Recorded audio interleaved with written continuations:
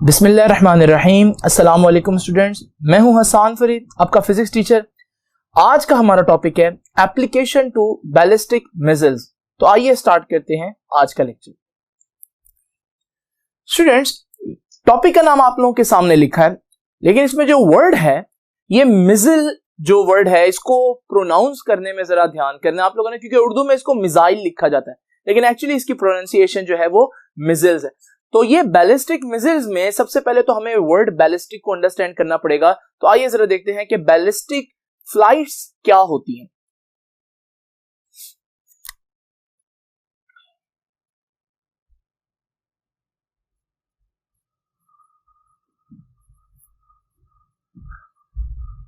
तो students, ballistic flight क्या होती है? अगर आप किसी चीज को इनिशियल पुश दें और फिर वो इनर्शिया और ग्रेविटी की वजह से मूव करे, तो इसे हम बोलते हैं कि ये एक बैलिस्टिक फ्लाइट है। मिसाल के तौर पर, अगर आप बैलिस्टिक फ्लाइट को समझना चाहते हैं तो पहले आपको एग्जांपल देनी होगी कि वो कौन सी चीजें जो बैलिस्टिक नहीं है। तो उसमें एग्जांपल दूंगा, जैसे एरोप्लेन। अगर एरोप्लेन की फ्लाइट देखें तो एरोप्लेन जो है, क्या वो सिर्फ इनिशियल धक्के पर, इनिशियल पुश पर चल रहा होता है? हरगिज नहीं, उसको मुसलसल जो है उसके इंजन की फोर्स चला रही होती है, और वो ग्रेविटी के अगेंस्ट ऊपर भी जा सकता है क्योंकि उसके पास अपनी एनर्जी, अपनी फोर्स है। यहां पर हम डिस्कस कर रहे हैं सिर्फ ऐसी चीजों को जिनको हम इनिशियली पुश करेंगे और उसके बाद उनकी परवाज के दौरान, फ्लाइट के दौरान हम उनको कोई एनर्जी नहीं देंगे, और वो सिर्फ इनर्शिया और ग्रेविटी की वजह से आगे जाएंगी, इनर्शिया की वजह से, और नीचे आएंगी ग्रेविटी की वजह से। तो ये हमारे पास एक बैलिस्टिक फ्लाइट होती है। तो एरोप्लेन को हम कह सकते हैं कि वो एक नॉन बैलिस्टिक फ्लाइट है। तो अब जरा देखिए, तो बैलिस्टिक फ्लाइट क्या है? If a projectile is given an initial push,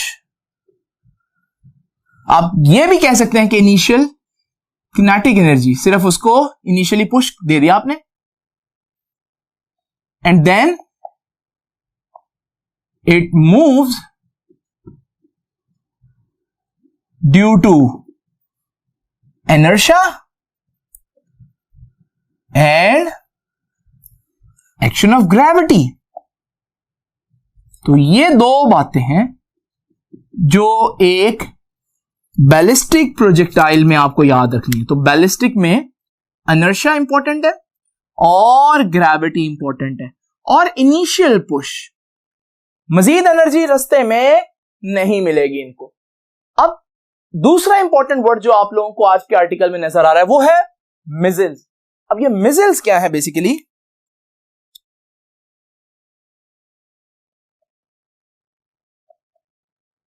missile Latin word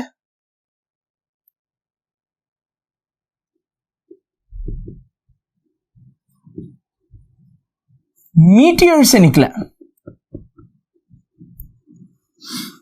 meteor का मतलब क्या होता है वो मैं आपको बताता हूं, लेकिन सबसे पहले आप मुझे बताएं, आप जब भी मिसाइल्स या मिसाइल को सोचते हैं तो क्या सोचते हैं?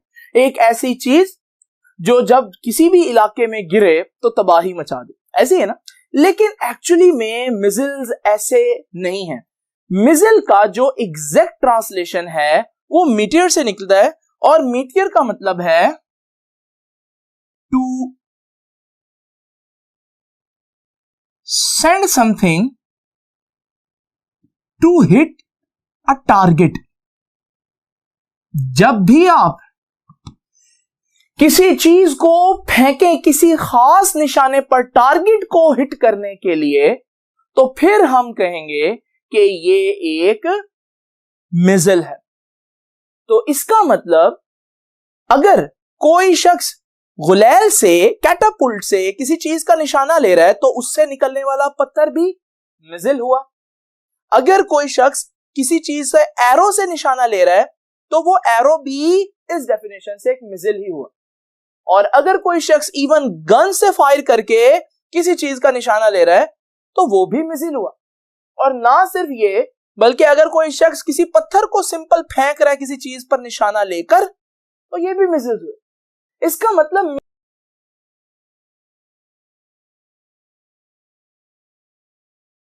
अब इन दोनों वर्ड्स को हम कंबाइन करते हैं, तो ये दोनों वर्ड्स जो हैं जब इकट्ठे होंगे तो ये बन जाएंगे बैलिस्टिक और मिसिल।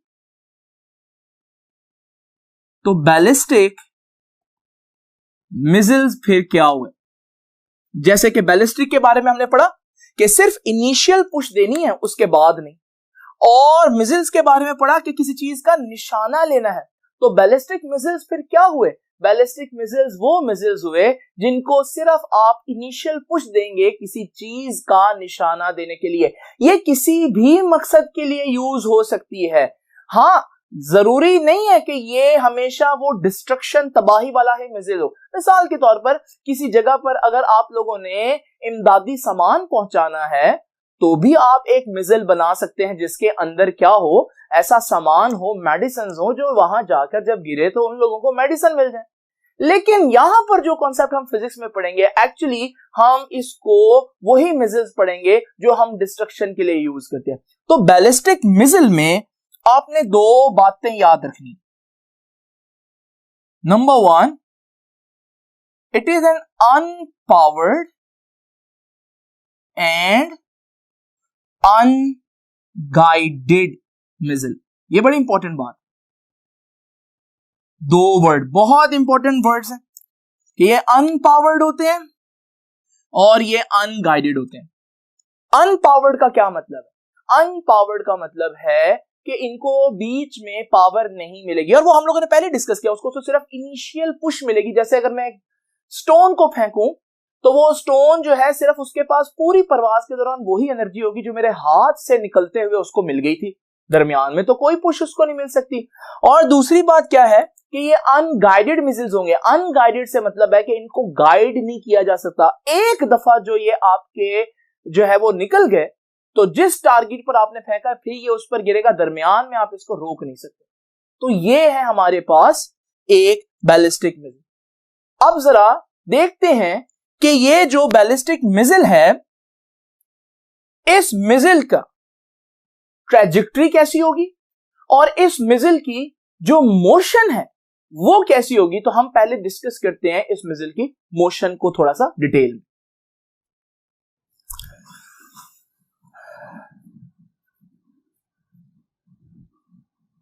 स्टूडेंट्स, अभी हम बैलिस्टिक मिसिल की मोशन को थोड़ा सा डिटेल में डिस्कस करेंगे। सबसे पहले तो मैंने अभी आप लोगों को बताया कि एक बैलिस्टिक मिसिल जो है वो अनगाइडेड है, अनपावर्ड है। जरा देखते हैं, अगर मेरे पास एक बैलिस्टिक मिसिल हो और मैं उसको फायर करूं तो उसकी मोशन कुछ इस तरह से बनेगी। अब इस मोशन को जरा ध्यान से देख लें, और अब मैं पहले आपसे कुछ और डिस्कस करता हूं, फिर इस मोशन की तरफ भी आते हैं। जरा तवज्जो कीजिएगा। अगर मैं किसी चीज को हॉरिजॉन्टल फेंकूं और उस जगह पर ना कोई एयर फ्रिक्शन हो ना कोई सरफेस की फ्रिक्शन हो, तो आपको मालूम है न्यूटन का पहला लॉ कहता है कि जिस चीज को फेंकेंगे उसकी स्पीड जो है वो हमेशा कांस्टेंट रहेगी, क्योंकि ना एयर फ्रिक्शन है, कोई फ्रिक्शन उसको रोक नहीं रही। तो हमारे पास जब किसी चीज को हॉरिजॉन्टल फेंकेंगे तो कुछ सिनेरियो इस तरह सा बनेगा कि वो वक्त के बराबर वक्फों में बराबर फासला तय करेगी। It will cover equal distance in equal interval of time, क्योंकि स्पीड कांस्टेंट है। ये हो गई हॉरिजॉन्टल मोशन। आप लोग जानते हैं इसको हम हॉरिजॉन्टल मोशन कहते हैं। और ये हॉरिजॉन्टल मोशन किस वजह से है? क्यों वो आगे चलता जा रहा है मेरे हाथ से छूट जाने के बाद भी? क्योंकि इनर्शिया कहता है कि जब कोई चीज चल रही हो तो वो चलते रहना चाहती है। तो इसका मतलब हमारे पास हॉरिजॉन्टल मोशन की वजह कौन है? इनर्शिया। आप कहेंगे सर ये तो स्ट्रेट लाइन मोशन है, आप इसको यहां क्यों बता रहे हैं? अभी जरा देखिएगा, आपको समझ आएगी कि मैं यहां क्यों बता रहा हूं। अब जरा देखें, इमेजिन करें कि अगर मैं किसी चीज को बिल्कुल एग्जैक्ट वर्टिकल फेंकूं। आपको मालूम है जब हम किसी चीज को वर्टिकल फेंकें तो ग्रेविटी डाउनवर्ड खींच रही होती है, तो आहिस्ता आहिस्ता उस चीज की स्पीड ऊपर जाते हुए कम होगी।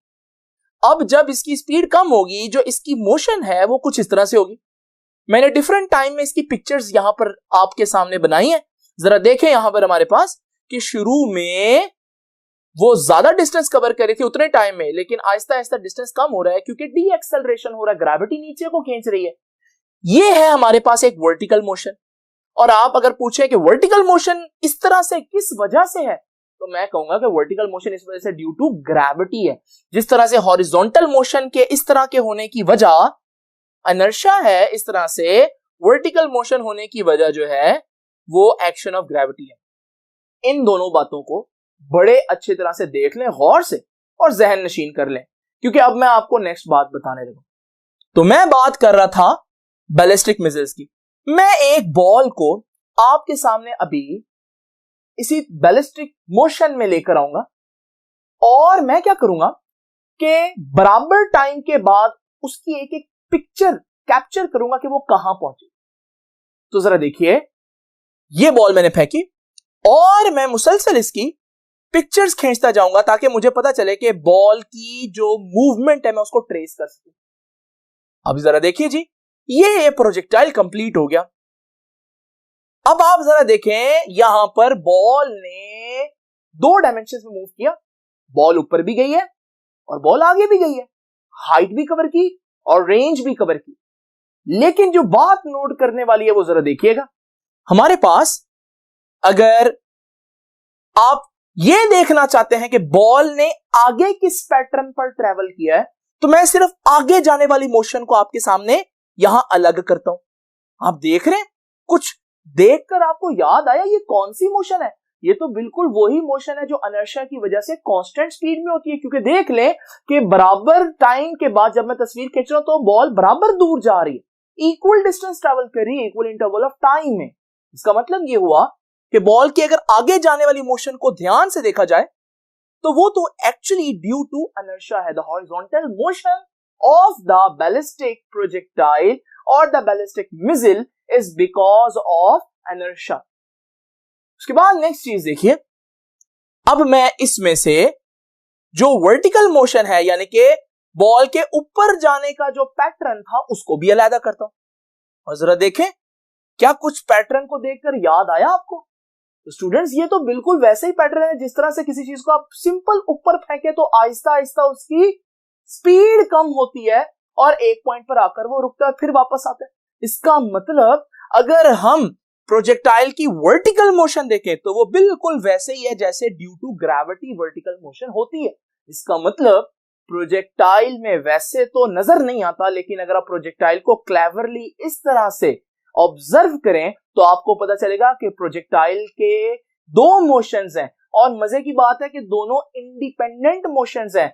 जैसे वर्टिकल मोशन थी, हॉरिजॉन्टल में चलने के बाद भी वर्टिकल मोशन वैसी ही रही, डिस्टर्ब नहीं हुई। इसका मतलब एक्स एक्सिस की मूवमेंट वाई एक्सिस की मूवमेंट को डिस्टर्ब नहीं कर सकती, वाई एक्सिस की मूवमेंट एक्स एक्सिस की मूवमेंट को डिस्टर्ब नहीं कर सकती। तो ये बेसिकली हमारे पास 2 इंडिपेंडेंट मोशंस हैं। तो अब जरा मैं आपको यहां पर लिखता हूं कि आप लोगों ने याद क्या करना है। तो ये देखिए, हमारे पास मोशन ऑफ बैलिस्टिक मिसाइल क्या है? It is the superposition. Superposition का क्या मतलब है? It is a combination, basically superposition of 2 independent motions. 2 independent motions का कॉम्बिनेशन है, जिनमें से पहली मोशन है हॉरिजॉन्टल और दूसरी मोशन है वर्टिकल। और मैंने अभी आप लोगों को बताया कि जो हॉरिजॉन्टल मोशन है वो किस वजह से हो रही है? Due to inertia. और दूसरी बात मैंने आपको बताई कि हॉरिजॉन्टल मोशन में जो स्पीड है वो कांस्टेंट है, because there is no acceleration, there is no force which is trying to stop the horizontal motion. कोई फ्रिक्शन नहीं है जो उस बॉल को आगे जाने से रोके या उसकी स्पीड कम करे। वर्टिकल मोशन जब देखें तो वर्टिकल मोशन क्या है? ड्यू टू ग्रेविटी है। लेकिन क्या स्पीड कांस्टेंट थी? हरगिज नहीं, बल्कि स्पीड तो कम हो रही है ऊपर जाते हुए, तो स्पीड इज नॉट कांस्टेंट। और आपको मालूम है जब किसी चीज की स्पीड कांस्टेंट ना हो तो हम कहते हैं बच्चों उसके पास क्या है? उसके पास एक्सेलरेशन है। और यहां पर हमारे पास ये एक्सेलरेशन की वैल्यू भी आप बता सकते हैं, क्योंकि ग्रेविटी का एक्सेलरेशन है तो वो तो हर चीज के लिए कितना होता है? 9.8 मीटर्स पर सेकंड स्क्वायर। ये थी हमारे पास इस प्रोजेक्टाइल की, इस बैलिस्टिक प्रोजेक्टाइल की या बैलिस्टिक मिसाइल की मोशन जो है वो किस तरह से बनी है। अब जरा हम डिस्कस करते हैं एक और चीज, तवज्जो से देखिएगा, और वो चीज है ट्रेजेक्ट्री ऑफ बैलिस्टिक मिसाइल। तो आज का जैसे कि आर्टिकल ही बैलिस्टिक मिसाइल्स के बारे में है, अब हम डिस्कस करेंगे बैलिस्टिक मिसाइल की ट्रेजेक्ट्री क्या है। बेसिकली ट्रेजेक्ट्री क्या होती है? ट्रेजेक्ट्री होती है किसी भी चीज का पाथ।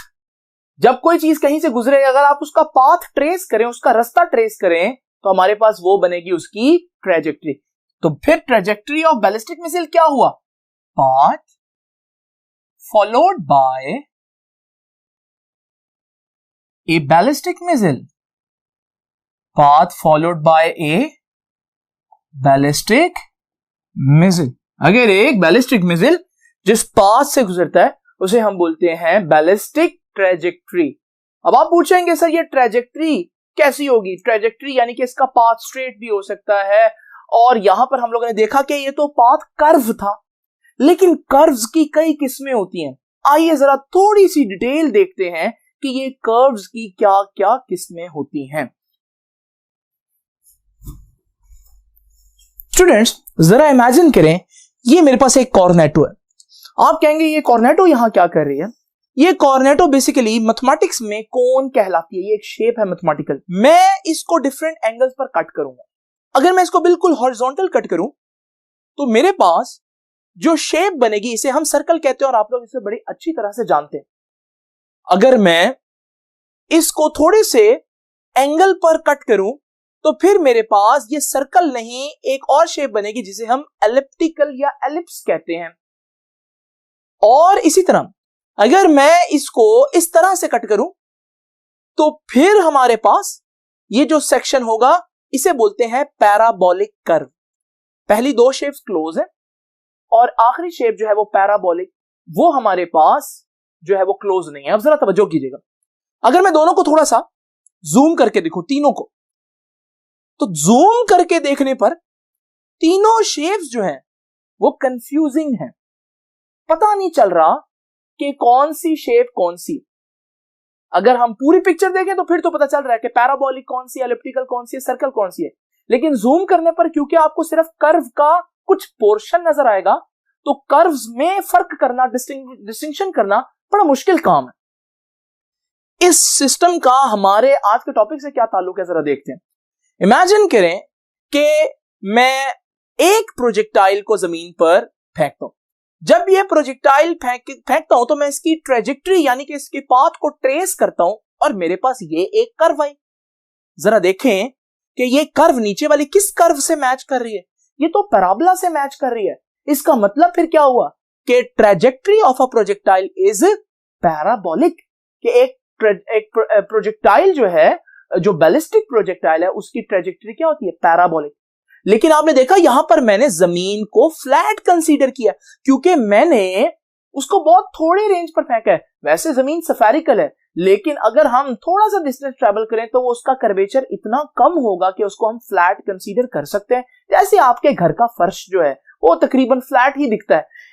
लेकिन अगर रियलिटी में हम इस पिक्चर को जूम आउट करें तो जूम आउट करने पर जो हमारे पास सिचुएशन बनेगी वो तो एक स्फेरिकल अर्थ होगी। अब जरा इसको देखें तो हमारे पास दोबारा से मैं प्रोजेक्टाइल थ्रो करूंगा, लेकिन जरा तवज्जो कीजिएगा, force of gravity towards the centre होती है। अब हमारे पास फोर्स ऑफ ग्रेविटी की लाइंस जब मैं ड्रॉ करूंगा तो वो पहले की तरह हमारे पास अब पैरेलल नहीं है। और क्योंकि ये चेंज आ गया है तो हमारे पास जो उस प्रोजेक्टाइल की मोशन है अब वो चेंज हो जाएगी। तो जरा देखें, दोबारा से मैं इसको फेंकता हूं तो ये कर्व जो है, जरा ध्यान कीजिएगा, ये हमारे पास नीचे कौन सी कर्व से मैच कर रही है? तो स्टूडेंट्स ये तो अब एलिप्टिकल पाथ है। इसका मतलब लॉन्ग रेंजेस पर अगर आप देखेंगे तो हमारा बैलिस्टिक प्रोजेक्टाइल जो है वो एलिप्टिकल पाथ बनाएगा, और शॉर्ट रेंज पर आप देखेंगे तो हमारा जो बैलिस्टिक प्रोजेक्टाइल है वो पैराबोलिक कर्व बनाएगा। और अगर आपको अंडरस्टैंड नहीं हो रहा तो आप दूसरी सिचुएशन में जमीन को थोड़ी देर के लिए इनविजिबल सपोज कर लें और प्रोजेक्टाइल को गिरने दें, तो आप देखेंगे कि प्रोजेक्टाइल वाकई में एक एलिप्टिकल शेप बनाएगा। तो ये थी हमारे पास कि ट्रेजेक्टरी कैसी होगी प्रोजेक्टाइल की। तो अब इसको लिखना किस तरह से है, आइए देखते हैं स्टूडेंट। तो स्टूडेंट्स हमारे पास ट्रेजेक्टरी, आज से पहले आपको बताया जाता कि ट्रेजेक्टरी पैराबोलिक होती है, लेकिन आज हम लोगों ने देखा कि ट्रेजेक्टरी पैराबोलिक होने के साथ साथ एलिप्टिकल भी हो सकती है। यह डिपेंड करता है कि सिचुएशन क्या है। मिसाल के तौर पर अगर हम शॉर्ट रेंज पर किसी प्रोजेक्टाइल को फेंकें तो अर्थ जो है वो फ्लैट कंसीडर की जाएगी। इस सूरत में हमारे पास जो पाथ बनेगा वो पैराबोलिक होगा। लेकिन अगर वही प्रोजेक्टाइल लॉन्ग रेंज पर फेंका जाए तो फिर हमारे पास अर्थ जो है वो फ्लैट नहीं बल्कि स्फेरिकल कंसीडर की जाएगी, और इस सूरत में हम कहेंगे ये पाथ एलिप्टिकल है। तो स्टूडेंट्स यहां से अब हम देखते हैं कि हमारे पास ये जो आइडियल कंडीशंस थी, क्योंकि अभी तक हम लोगों ने फ्रिक्शन को इग्नोर किया हुआ था, रियलिटी में एक्चुअली में जब हवा भी होगी तो क्या प्रोजेक्टाइल ट्रेजेक्टरी जो है वो पैराबोलिक होगी या एलिप्टिकल होगी? तो इसका आंसर है कि अगर आप बहुत से फैक्टर्स अभी तक मैंने नहीं डाले जिनमें एयर फ्रिक्शन है और उसमें विंड पावर है और उसमें हमारे पास और भी फैक्टर्स हैं, जैसे कि जमीन की रोटेशन को भी कंसीडर नहीं किया क्योंकि असल में तो जमीन रोटेट कर रही है, फिर जमीन की रोटेशन की डायरेक्शन को भी अभी कंसीडर नहीं किया, और हमने ये भी नहीं कंसीडर किया कि हम प्रोजेक्टाइल को कहां से हिट कर रहे हैं, आया कि नॉर्थ पोल साउथ पोल से हिट कर रहे हैं या प्रोजेक्टाइल हम जो है वो इक्वेटर से हिट कर रहे हैं। इसका मतलब ये है कि अगर रियल सिचुएशंस देखें तो वो इतनी आसान नहीं होंगी बल्कि वो बहुत ज्यादा कॉम्प्लेक्स होंगी। अब हम जरा देखते हैं कि बैलिस्टिक मिसाइल्स की कुछ लिमिटेशंस क्या हैं।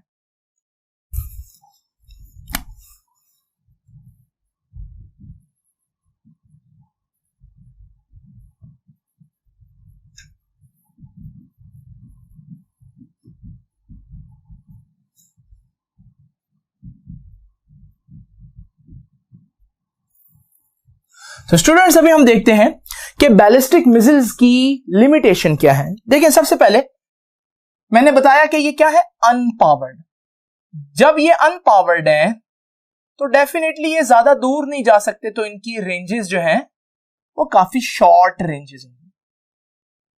दूसरी इंपॉर्टेंट बात कि मैंने ये भी बताया कि ये अनगाइडेड है।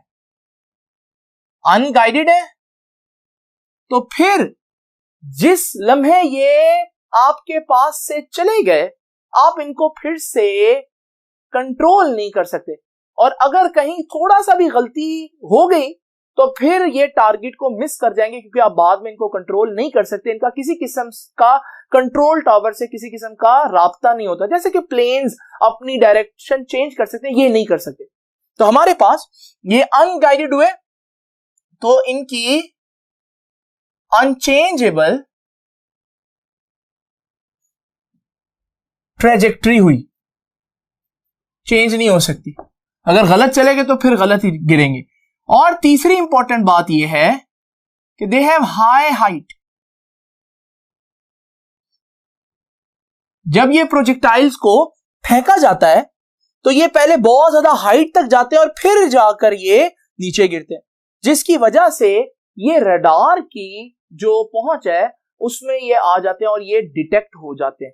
और जैसे ही ये डिटेक्ट हुए तो फिर इनको आराम से, इनका जो है वो एक एंटी बैलिस्टिक मिसाइल होता है जिससे इनको रोका जा सकता है, हवा में तबाह किया जा सकता है। तो ये हमारे पास हाई हाइट की वजह से डिटेक्टेबल हैं इन रेडार। और फिर हमारे पास इसी तरह से, क्योंकि ये हमारे पास बैलिस्टिक मिसाइल्स हैं, हर बैलिस्टिक मिसाइल की ट्रेजेक्ट्री ग्रेविटी कंट्रोल करेगा, इनका जो पाथ है वो भी काफी हद तक प्रिडिक्ट किया जा सकता है, जिसकी वजह से क्या है कि अगर कहीं ये डिटेक्ट होते हैं तो इनके डिटेक्ट होने पर रडार फौरन से सेंस कर लेगा कि ये यहां पर मौजूद है, और हमें मालूम है ये अपनी डायरेक्शन तो चेंज कर नहीं सकते, हमें मालूम है इन्होंने इसी पॉइंट पर गिरना है, तो जिस जगह पर गिरना है वहां पर लोग पहले से ही अपने आप को सेव कर सकते हैं, वो जगह जिसको तबाह करना है वो उसको पहले से ही सेफ बना सकते हैं। इसका मतलब इसका प्रिडिक्टेबल पाथ जो है वो इसको इतनी डिस्ट्रक्शन, इतनी तबाही नहीं करने देगा। जहां इसके कुछ फायदे हैं वहां इसके कुछ नुकसानात भी हैं। तो फिर अगर इनमें कुछ प्रॉब्लम्स हैं, इसकी लिमिटेशंस हैं, तो फिर इनकी जगह कौन से ऐसे मिसाइल्स हैं जिनको यूज किया जा सकता है? उन्हें हम बोलते हैं कि गाइडेड मिसाइल्स। गाइडेड मिसाइल्स, जैसे कि नाम से जाहिर हो रहा है कि एक तो ये गाइडेड है और ये पावर्ड भी है, तो इन्हें हम बोलते हैं कि ये पावर्ड और गाइडेड है। गाइडेड का मतलब है कि इनमें कोई चिप, कोई ऐसा कंट्रोल सिस्टम होगा जो इसकी डायरेक्शन को कंट्रोल कर सकता है, और इवन के अगर कहीं पर ये गलत चले जाते हैं तो आप इनकी डायरेक्शन को कंट्रोल कर सकते हैं। मिसाल के तौर पर जब आपने फेंकने से पहले एयर को कैलकुलेट किया, एयर की स्पीड कुछ और थी, लेकिन जैसे ही हुआ तो हमारे पास किसी वजह से एयर की स्पीड चेंज हो गई, जिससे वजह से अपने टारगेट को मिस कर देगा, तो फिर हम इसको कंट्रोल कर सकते हैं, ये अपने टारगेट को फिर भी अचीव कर सकता है। तो एक तो इसकी चेंजेबल ट्रेजेक्ट्री है, इसकी ट्रेजेक्ट्री को चेंज किया जा सकता है। दूसरी इंपॉर्टेंट बात कि हमारे पास ये लो हाइट्स पर ट्रैवल कर सकते हैं। आप यूं समझ लें जैसे ये बिल्कुल हमारे पास प्लेन की तरह होते हैं, इनको कंट्रोल किया जा रहा होता है, तो हमारे पास ये कम हाइट पर चलेंगे तो ये रडार से बच भी सकते हैं। तो ये थी हमारे पास कुछ बैलिस्टिक मिसाइल्स के बारे में आज का टॉपिक। आई होप कि आपको ये टॉपिक अच्छी तरह से अंडरस्टैंड कर लिया होगा आप लोगों ने, और इसको अच्छी तरह से दिमाग में उठा लें, इसको दोबारा भी देखें अगर जरूरत पड़े। अब आपसे मुलाकात होगी इंशाल्लाह